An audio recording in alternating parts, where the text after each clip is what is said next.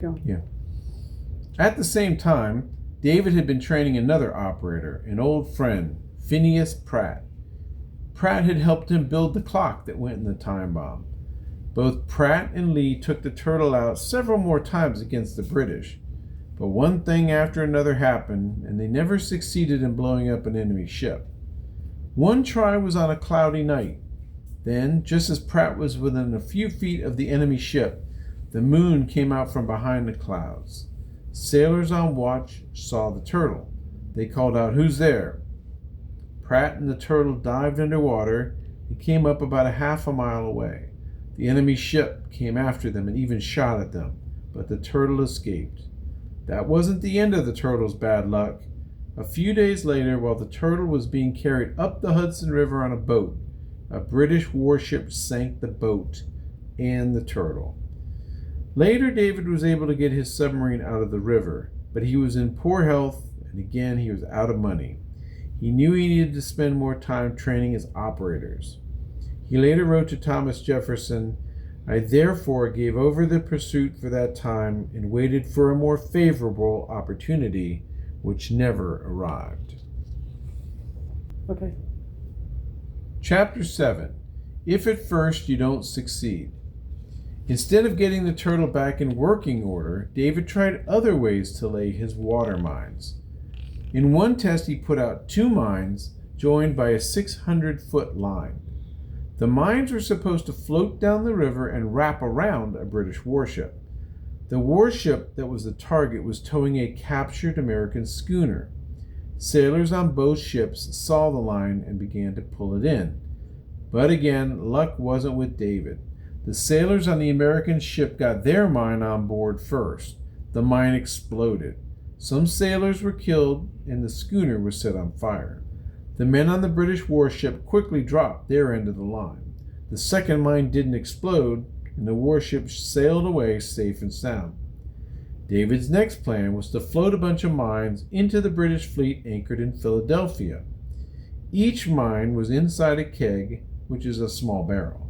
Just after Christmas in 1777, the kegs were put into the river above Philadelphia.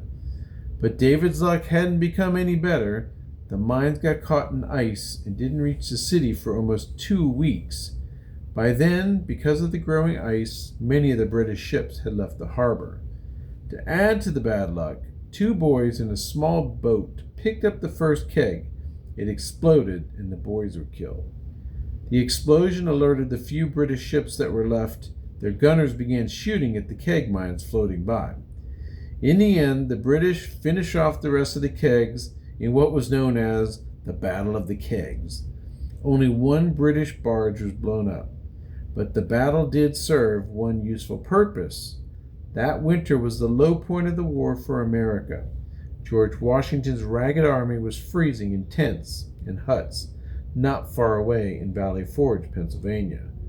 The writer Francis Hopkinson wrote a funny song about the battle. It gave those cold, hungry soldiers something to laugh about at Valley Forge campfires.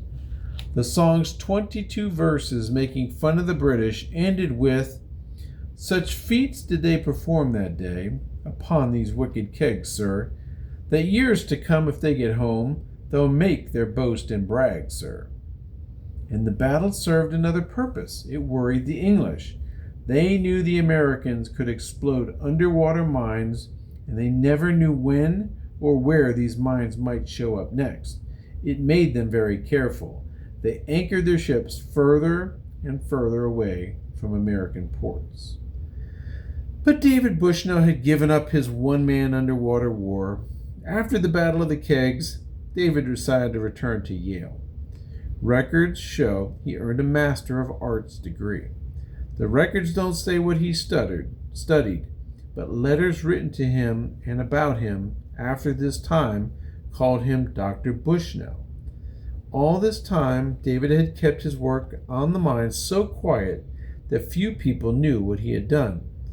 In fact, the next year, when he was captured by a small group of English troops, he was soon freed in trade for English soldiers.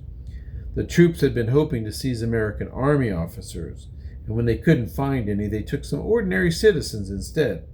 David was one of those citizens. But so secret had been his work, the English didn't realize they had captured the man responsible for all the underwater mines. After this brush with the English, David decided to join the army. He asked the American governor of Connecticut to write to General Washington and recommend him as an officer.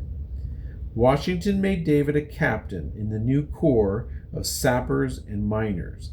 Sappers were the soldiers who built forts and dug trenches. Miners were the soldiers who put out the landmines. 6 months later, the war was over, and soon the army was disbanded. David was given 400 acres of land and 5 years' pay for his services. Chapter 8. After the War. After the war, David gave the state of Connecticut a bill for his expenses in building the turtle. New men were in charge of the state. They couldn't find any written contract with David Bushnell. They didn't want to pay him anything, but at last they gave him only a small amount. David was very disappointed. This was an unhappy time in his life. He later wrote that for the next few years he was seized with a severe illness. His Yale friends tried to help. One paid him a large amount of money for the 400 acres David had received from the army. Another friend, Abraham Baldwin, was starting a college in Atlanta. In time, it would become the University of Georgia. Baldwin offered David a job at the new college. David went to Georgia, but for some reason he didn't want to be known as David Bushnell, the inventor. Instead, Baldwin introduced him as Dr. David Bush, a teacher and medical doctor. During this time, another Yale friend, Joel Barlow, was living in Paris. Barlow had been very interested in the turtle and in David's underwater mines. He had even written a poem about them. It is also known that Barlow was a friend of Robert Fulton, an American inventor living in Paris. It is thought that Barlow told Fulton stories about the turtle and how it worked. A few years later, Fulton built a submarine of his own. He called it the Nautilus. He used many of David's ideas, but Fulton claimed they were his own and that he was the inventor of the first submarine. Many people were angry at the claim. They said Fulton wasn't telling the truth, that David Bushnell had built the first submarine.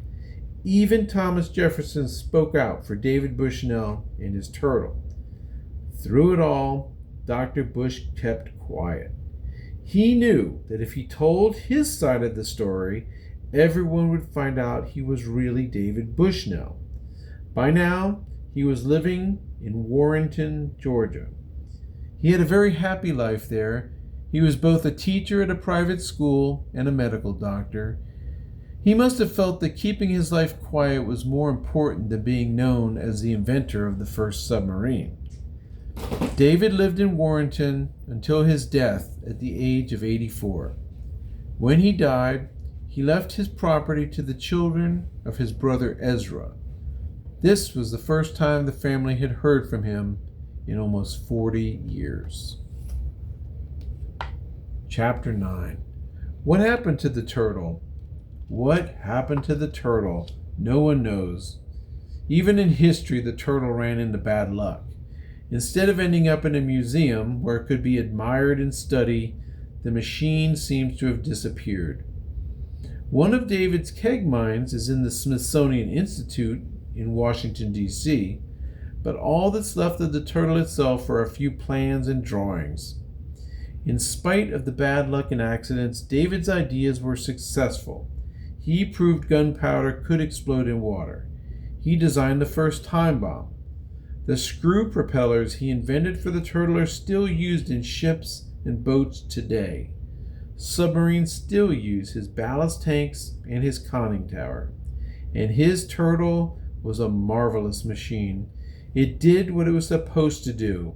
It took a man underwater, under an enemy ship. It carried a mine that could be exploded, even though Lee's mine didn't go off where it was supposed to. And no matter what happened, it always brought the operator back home safely.